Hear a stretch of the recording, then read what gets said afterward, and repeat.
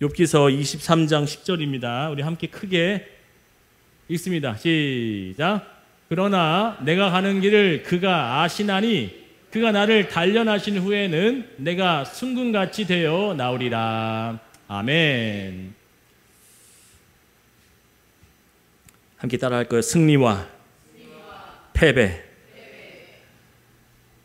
올림픽 경기 중 꽃이라고 할 수 있는 경기가 여러분 뭔지 아시죠? 뭐예요?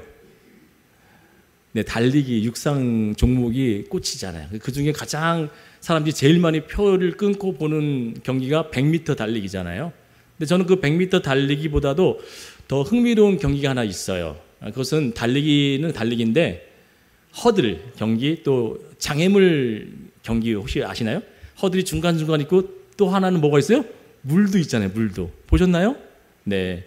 그래서 허들을 뛰고 또 물도 이렇게 첨벙첨벙 빠질 수밖에 없고. 근데 이 허들 경기가 달리기를 막 하다 보면서 허들 넘을 때 그 속도가 최소 50에서 30%가 준대요. 그 속도가 감하게 된대요. 그런데 이번 파리 올림픽 때도 참 안타까운 장면 하나가 등장을 합니다.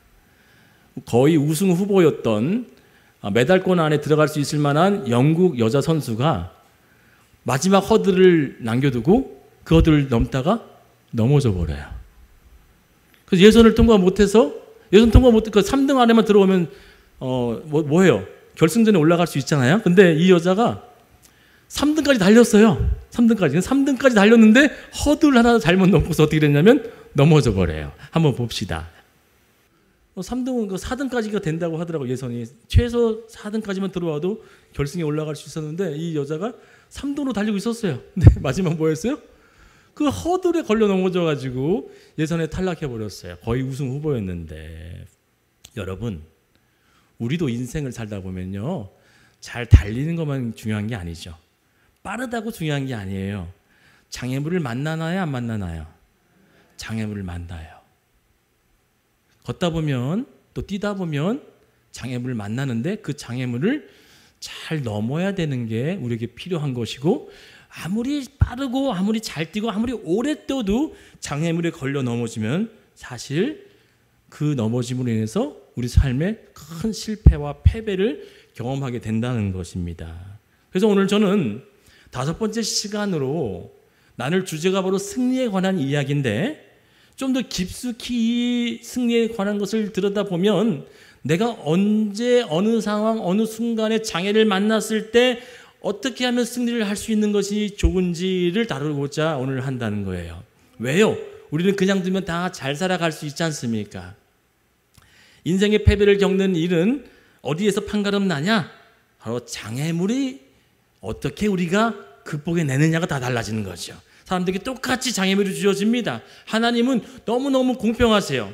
하나님께서는 사람들에게 똑같이 은혜를 베푸시고 때로 실험도 하시지만 그 시험이라고 하는 장애물이 주어졌을 때 어떻게 그것을 넉넉히 잘 통과해내냐에 따라서 승리하느냐 패배하느냐가 갈려진다는 겁니다.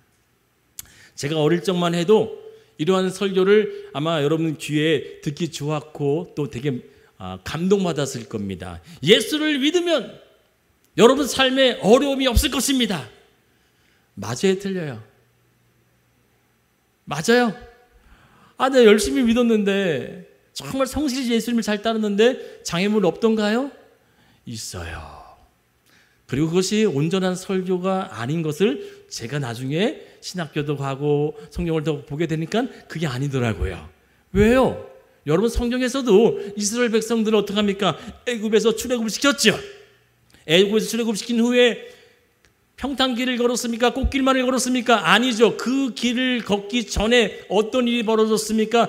7가지 장애물이 그 앞에 나타났어요. 첫 번째 누구였습니까? 바로왕이었죠.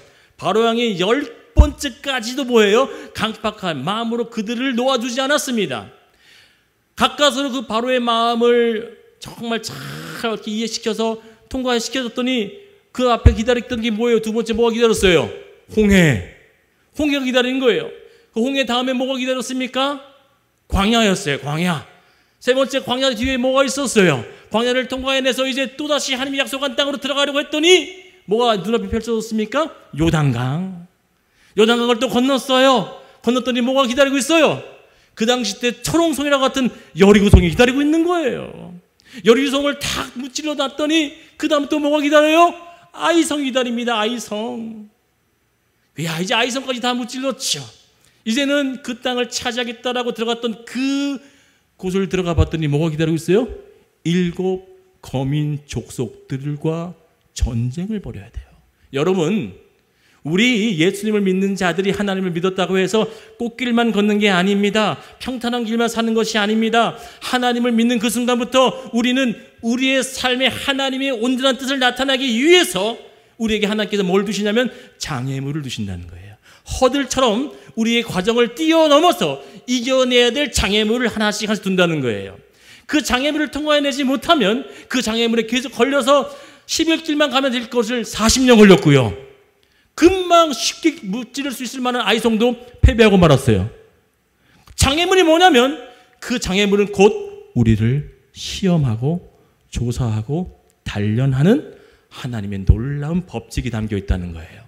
영의 세계에서 보게 되면 우리는 주어진 어떤 물질적인 어려움, 사람 통해서 받는 상처, 환경과 상황 때문에 무너지는 절망, 때로는 내 사업 속에 있는 잘 풀려지지 않는 경영의 악재, 이런 모든 것들이 장애물이지만 그 장애물 속에 영적 세계로 바라보게 되어지면 그 장애물은 뭐라고요? 하나님이 나를 단련하고 시험코자 하는 어떤 도구라는 사실이에요.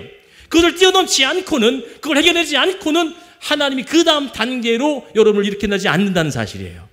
이게 바로 영적 세계 속에 5번째, 우리가 승리하느냐 패배하느냐의 갈림길 속에 우리의 표식이 뭐가 나타나냐면 하나님을 믿는 백성들은 어떠한 장애물을 만날지라도 그 장애물을 넉넉히 이겨낼 수 있는 승리를 가질 수 있다는 거예요. 어떻게 승리를 가질 수 있냐, 그걸 나누자는 것입니다. 오늘 사랑하는 여러분, 표면적으로 볼 때 하나님을 우리를 구원하시고 난 후부터 정말 편안하게 인도해 주면 참 좋으련만 왜 그렇게 하지 않는 이유가 뭘까? 제가 저의 간증을 잠깐 하고서 여러분 가운데 말씀을 좀 더 깊숙이 들어갔으면 좋겠습니다. 이 간증은 저의 완전한 패배에 대한 이야기입니다. 큰 장애물을 만났는데 그 장애물 속에 저의 승리를 경험하는 것이 아니라 패배를 경험해서 그 패배 속에 하나님을 더욱더 찾게 되는 과정의 이야기입니다. 저는 국민학교 시대였어요. 여러분들 초등학교 시대에 계신 분들 여기 앉아 계시지만 저는 국민학교 3학년 때 가정예배를 드리던 중 방언을 받고 즉시로 이러한 기도가 터져 나왔어요. 초등학교 2학년 때 아버님이 돌아가시고 갑자기 영화 같은 우리 집안은 정말 하루아침에 상위 클래스에서 완전 밑바닥까지 내려앉아 딸랑 집 한 채 하나만 남아있는 상태였어요. 어머님은 그러한 자녀들 3명을 데리고서 매일 저녁 그 거실에 모여서, 옛날 주택집이 다 나무로 된 거 아시죠? 천장도 나무, 다 나무여서 바닥도 나무. 그 차디찬 나무에 온돌도 되지 않는 거실 바닥에 모여서 남편이든 그 아내가 3명의 그 고슴도치와 같은 자녀들을 모아놓고 매일 가정예배를 드렸어요. 제가 그 가정예배가 좋았을까요? 싫었을까요? 승민아, 매일 예배를 드리면 너 좋을까? 싫을까? 아빠도 싫었어. 저도 싫었어요. 그 예배를 드리는 것이 너무너무 싫었는데 어쩔 수 없이 누나 둘도 앉아있고 막내인 저도 그냥 따라 앉아있었습니다. 찬양을 한두 장 부릅니다. 그리고 어머님께서 전도사님이셨기 때문에 말씀을 증거했어요. 그리고 같이 기도하세요. 제가 기도한다고 기도를 제대로 했겠어요. 그런데 어머님이 어느 가을적 초가을 아니면 초겨울 아니면 가을 늦가을 정도 되지 추울 때였어요. 그때 어머니께서 저에게 안수를 다 가시는데 그때 갑자기 제가 방언이 터진 거예요. 방언이 막 터지면서 막 제가 기억에는 막 따따따 막 이렇게 이상한 얘기, 내가 막 이상했어요. 막 불과 제가 국민학교 3학년 때. 그러면서 그 방언을 하는 기도 속에서 이런 기도가 나오는 거예요. 목사가 되겠습니다. 하나님의 일을 위해 제가 제 인생을 바치겠습니다. 방언이 또 나오면서 하나님이 준비된 영혼들을 찾아내고 회복시키는 도구로 사용해 주옵소서. 국민학교 3학년 때 그 기도가 저는 마치 거짓말과 같은 어머니가 제 머리에 안수해서 마치 텔레파시를 줘서 마치 나에게 그렇게 하는 것처럼 되어지는 그런 경험을 해서 그 순간 그 이후부터 저는 죽어도 목사가 안 될 거다라고 다짐했어요. 왜 그런 다짐을 했을까요? 그 이유는 하나였습니다. 아버님이 돌아가신 후에 갑자기 기울어졌던 우리 가정 형편 때문에 어머니께서 우리를 먹여 살리기 위해서는 그 전도사님의 월급이 그 당시 때 22만 원이었어요.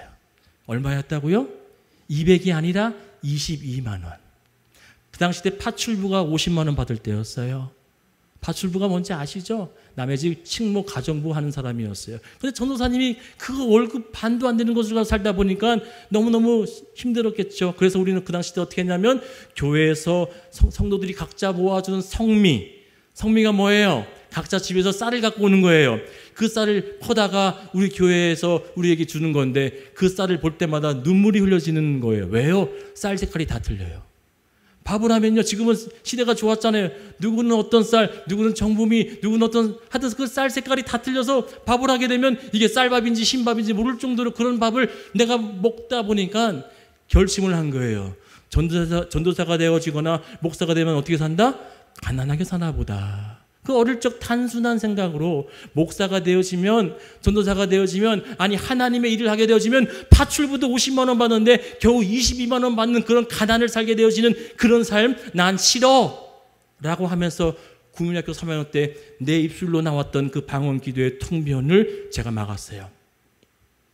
그리고 1년, 6년, 그리고 시간이 흘러서 지나서 왔는데 저를 불렀던 타임은 제가 나중에 또 한번 얘기해 드릴게요. 어쩌다 보니까 제가 하나님의 종이 되어졌어요.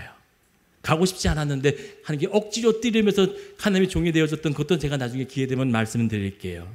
자, 그래서 그 초등학교, 국민학교 3학년 시절부터 그렇게 내 마음에 반대된 마음을 가졌지만 그래도 한켠엔 하나님을 향한 그 마음을 가지고 살았던 내 인생에 일찌감치 대학교 1학년 때 다시금 주님 앞에 헌신하며 내 인생을 바치겠노라 하면서 그 주의 길을 가겠다라고 하는 결정한 순간부터 지금까지 전 한 번도 이 길을 변치 않고 걸어왔어요.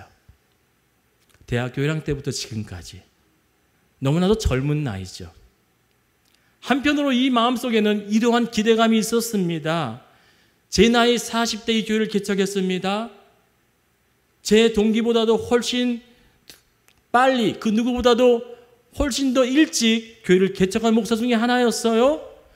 제 마음 한구석에 이런 마음이 드는 겁니다.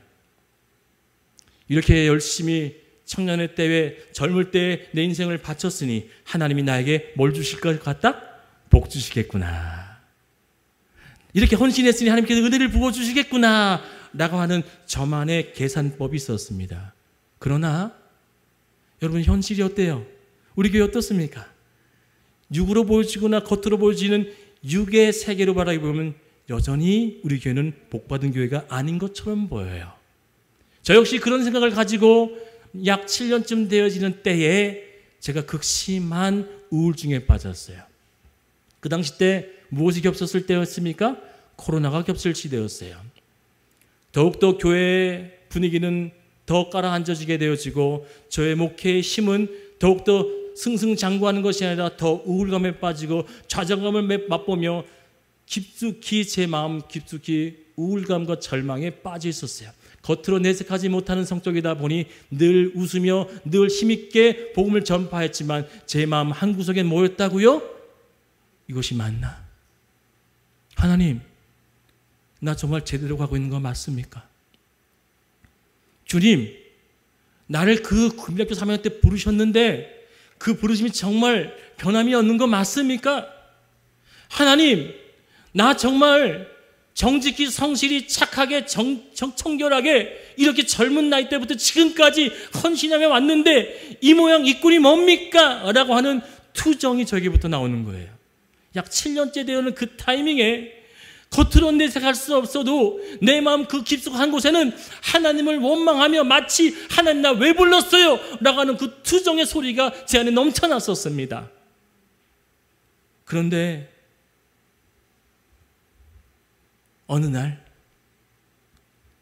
제 목장실에 앉아서 어김없이 내일이 주일이라서 토요일날 원고를 작성하며 말씀을 준비하고 있는 중에 있는데, 그날도 기쁨과 성령의 충만으로 예배를 준비하는 것이 아니라, 내일 또 예배를 드려야 되는데 과연 그 예배가 얼마나 영향력을 주고 성도들을 변화를 시킬까. 그때 갑자기 제에게 성령께서 강하게 임하시는 거예요. 그래서 첫 마디가 지금도 잊지 못합니다. 나의 사랑하는 아들아, 많이 힘드니?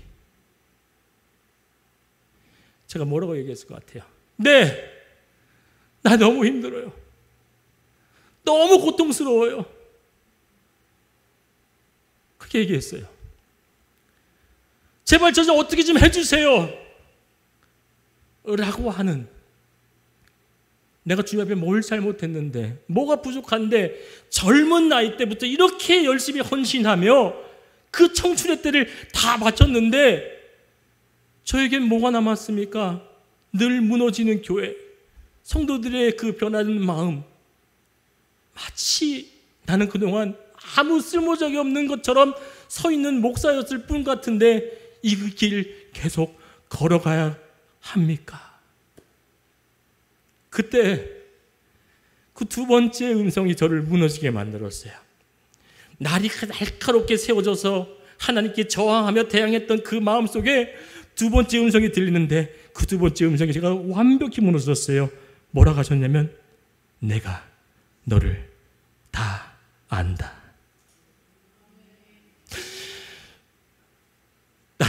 나를 버린 줄 알았어요. 나를 외면한 줄 알았고, 나를 홀로 광야 속에 내버려둔 채 하나님은 사라진 줄 알았는데 다 안다는 거예요. 여러분 배 아파서 난 자식 아십니까? 모르잖아요. 몇십 년 같이 산 아내와 남편 아세요? 몰라요.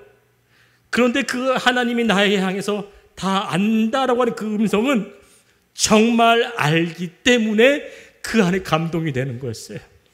내가 무엇이 힘든지, 무엇이 어려움을 당했는지, 무엇이 너 안에 고통이었는지 내가 다 안다. 그 한 말씀에 저는요, 신경을 쓰지 않고 계셨던 그 하나님이 저를 다 안다고 하는 그것 때문에 너무너무 부끄러워졌어. 그리고 이렇게 세 번째 음성이, 제가 한번 설교 때 말씀하셨어요. 너 목사하지 않아도, 목회 일을 하지 않아도 너 있는 그대로 내가 너를 사랑해. 그런 거예요. 나는 목회를 잘해야만, 목회를 성공해내야만 하나님이 나를 사랑해 줄 거라고 생각했었어요. 그런데 그게 아니라, 너 그거 안 해도, 너 그거 못해도 난 너를 사랑해. 세 번째 음성에 제가 완벽히 무너진 후부터, 그때 그 신고한 그 이후부터 저는 제 어려움의 종지부를 찍었어요. 하나님이 나를 아시는구나. 그리고 내가 무언가를 잘해내야 하고 무엇을 성공해내야 한다고 하는 그 강박조차도 하나님 앞에서는 아무 유익이 아니구나. 하나님은 나 있는 그대로 나를 아시고 사랑하신다는 이 사실 앞에 제가 힘이 솟는 거였어요.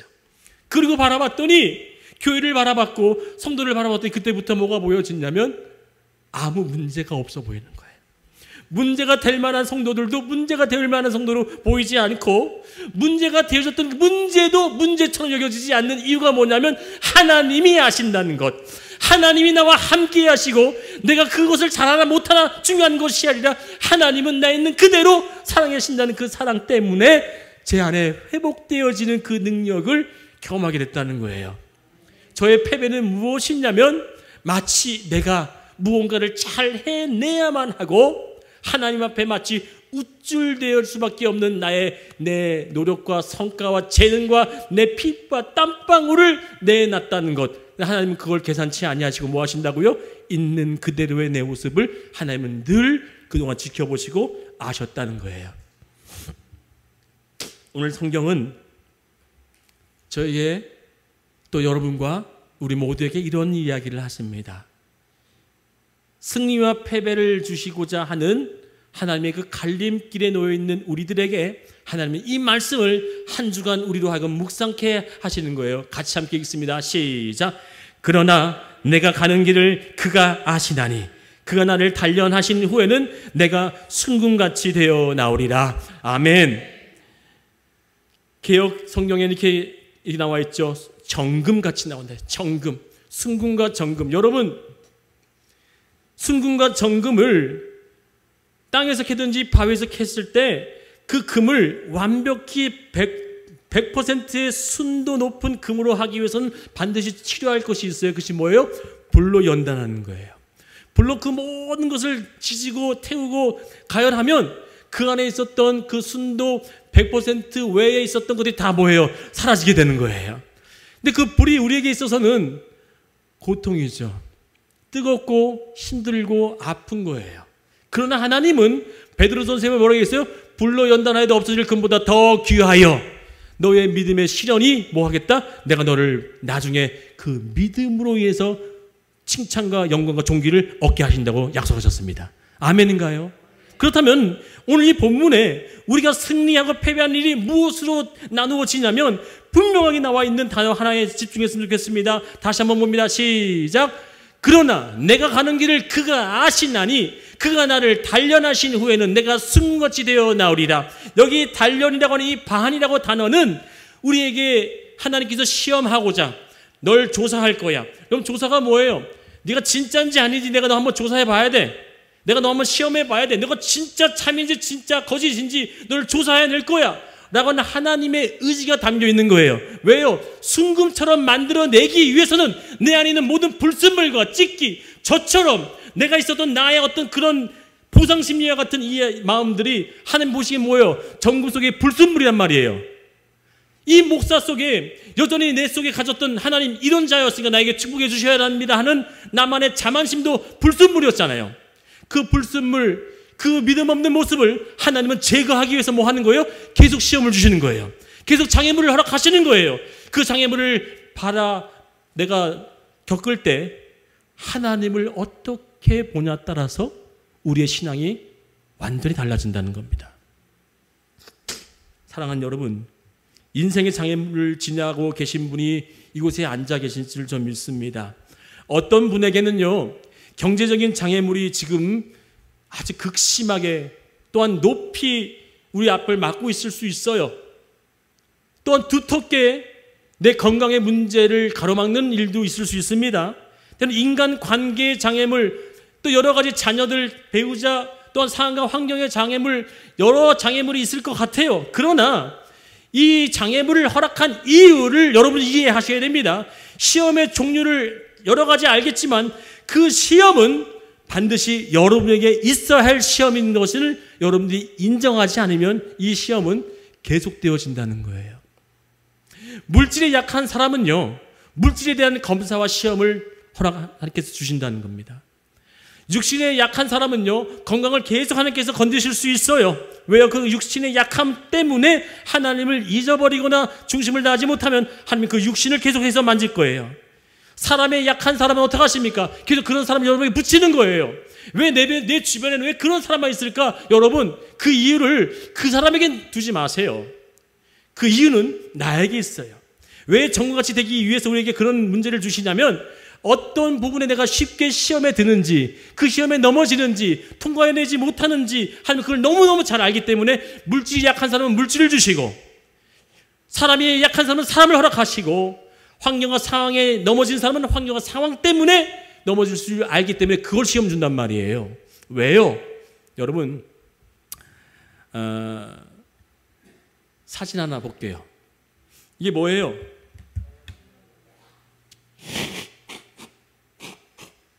죄송합니다. 코가 막혀 숨이 안 서져요. 이게 다이아몬드죠.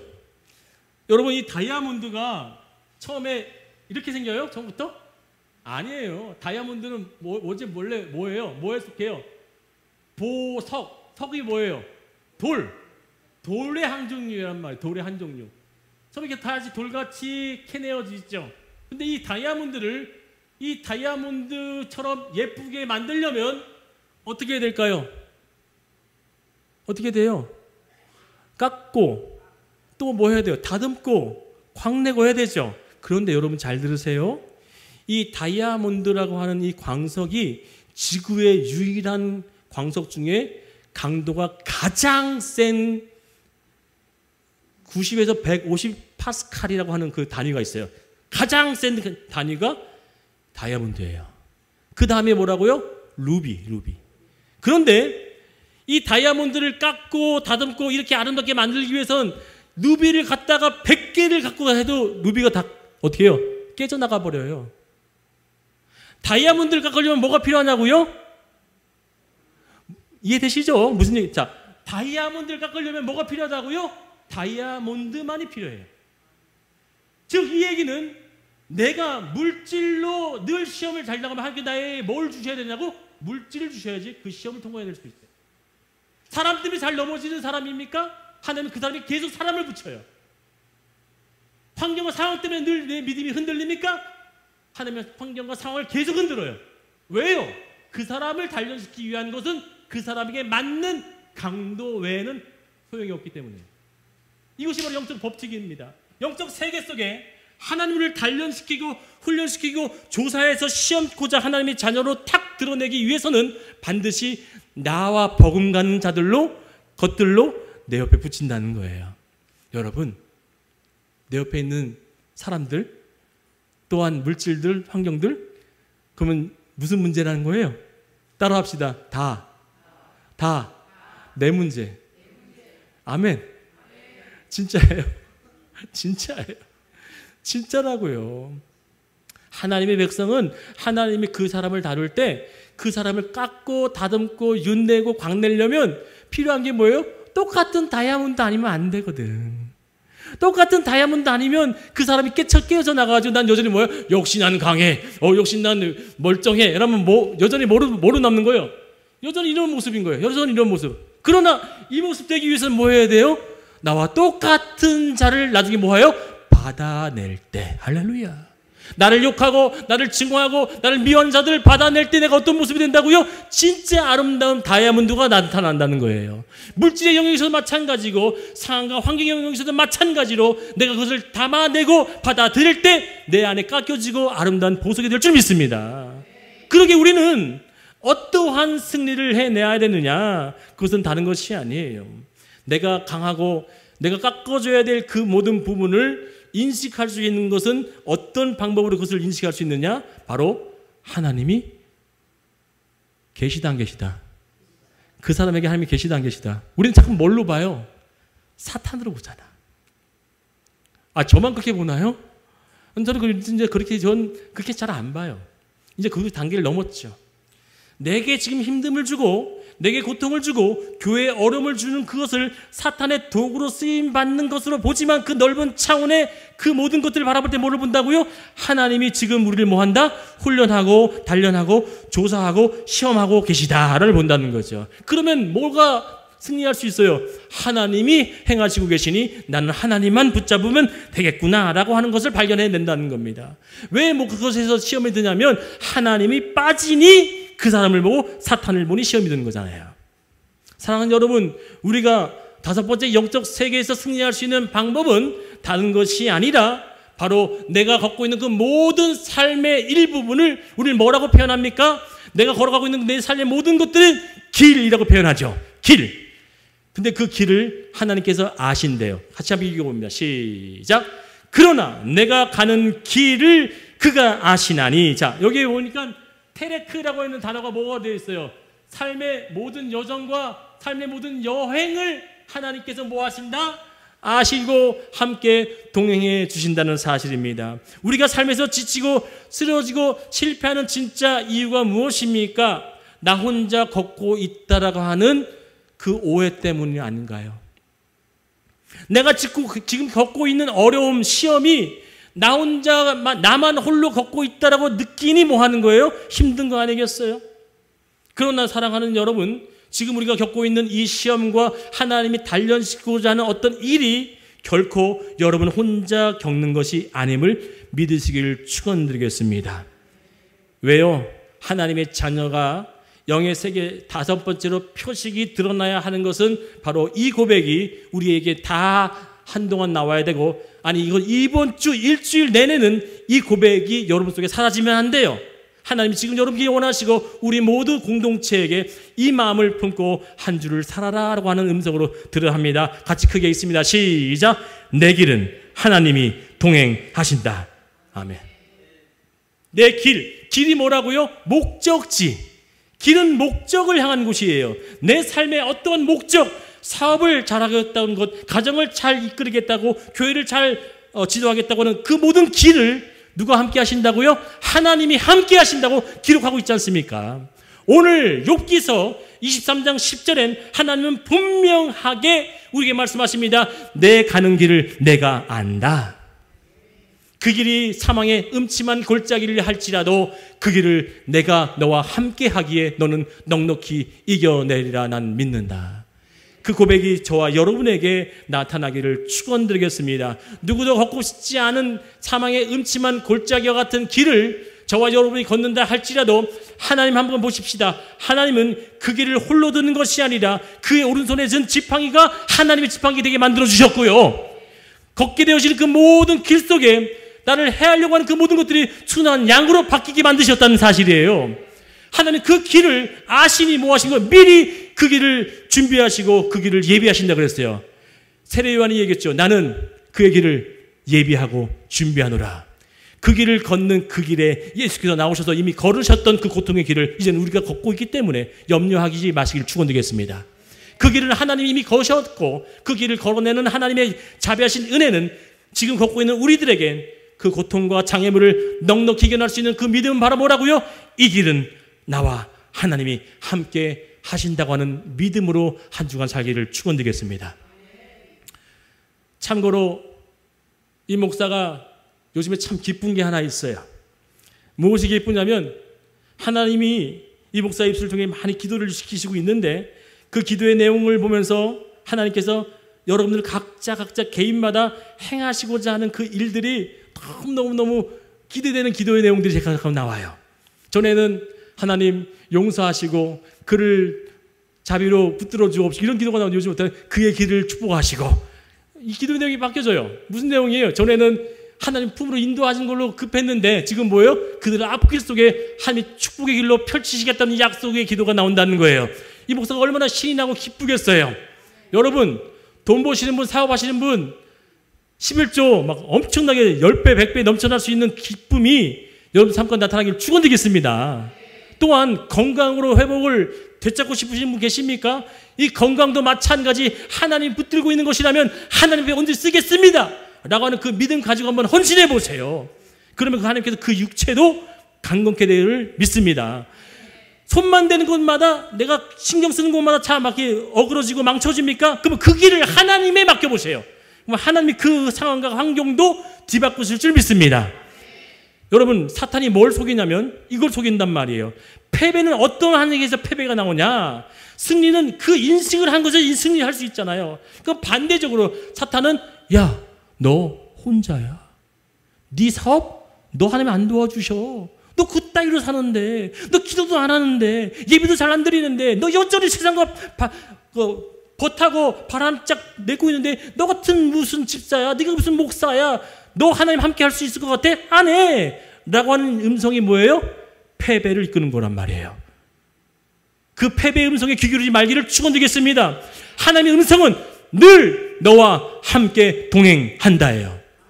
사탄은 뭐라고요? 너는 하나님과 함께하지 않아야. 그럼 이 속삭임 속에서 우리는 언제까지 그 속삭임에 귀 기울이며 패배의 길로 걸어가시겠어요? 절대 그 길을 걷지 않기를 축원드리겠습니다. 이것을 왜곡하는 사탄의 음성 속에 우리는 한 가지를 깨우쳐야 돼요. 하나님은 성령의 이야기예요. 제 이야기 아니에요. 하나님은 여러분이 주홍같이 붉은 죄를 지었을지라도, 살인죄로 살인을 교사하며 음란의 간음죄를 범한 죄를 지었을지라도, 여러분이 여전히 세상 속에 지금 현재도 내 마음속에 누구를 미워하고 시기하고 질투하고 증오하는 그 분노의 불이 타오를지라도 하나님은 여러분을 사랑하십니다. 저에게 말씀하셨잖아요. 내가 너를 안다. 내가 너 있는 모습 그대로 사랑한다. 그래서 로마서는 뭐라고 얘기합니까? 너가 여전히 아직 지금도 죄인 되었을 때에 내 사랑이 너를 확증하노라 했어요. 아멘. 언제요? 너가 여전히 죄인 되었을 그때까지도 난 너를 사랑한다 라고 하는 그 음성이 지금 우리 귀에 박혀야 될 것이고, 그것이 영적 세계의 승리를 맛볼 수 있는 열쇠인 줄 믿으시길 축원드리겠습니다. 사탄의 귀에 속삭이지 마세요. 너는 패배자야, 너는 절망자야, 넌 넘어진 자야, 넌 악한 자야, 너는 쓸모없는 자야 라고 하는 그 음성은 패배의 길로 계속 이끌지만, 승리의 길은 하나님이 오늘도 말씀하신 건 나는 너를 사랑한다. 너 있는 모습 그대로 난 너를 소중히 여긴다. 그것이 복음이에요. 그것이 복된 소식이고 그것이 하나님의 온전한 진리인 것을 믿으시길 축원드리겠습니다. 다시 한번 이 본문 말씀을 진지하게 내 가슴속에 새기듯이 읽습니다. 같이 읽어볼까요? 시작. 왜 안 돼요? 시작. 그러나 내가 가는 길을 그가 아시나니 그가 나를 단련하신 후에는 내가 순금같이 되어 나오리라. 아멘. 한번 기도합시다. 오늘 이 말씀처럼 여러분 심령 속에 하나님은 오늘도 말씀하실 겁니다. 사랑하는 나의 딸아, 아들아, 내가 너를 지명하고 불렀나니 너는 내 것이라. 내 모든 것들을 흘리고 찢고 바침으로 너는 내가 산 나의 거룩한 존재다 라고 하는 이 믿음의 진리가 여러분 심령 속에 새겨져야 되는 것이에요. 한 주 동안도 하나님은 여러분을 홀로 두지 아니하시고 함께 동행하신다는 사실을 믿으시길 축원합니다. 여러분 사업장에 사람을 만날 때에, 여러분이 누구를 대할 때에 어떤 상황 속에도 하나님이 함께 하실 거예요. 그 하나님과 함께 동행하는 것이 승리의 길인 것을 믿고 함께 기도해 봅시다. 주님, 이번 일주일 동안도 하나님이 함께 하심을 믿사오니 나를 홀로 두지 마시고 하나님 함께 하시는 그 은혜 가운데 나를 붙잡아 달라고, 그 믿음으로만 나 인도해 달라고 다 같이 주의 성을 한번 부르며 한번 통수로 기도해 볼까요?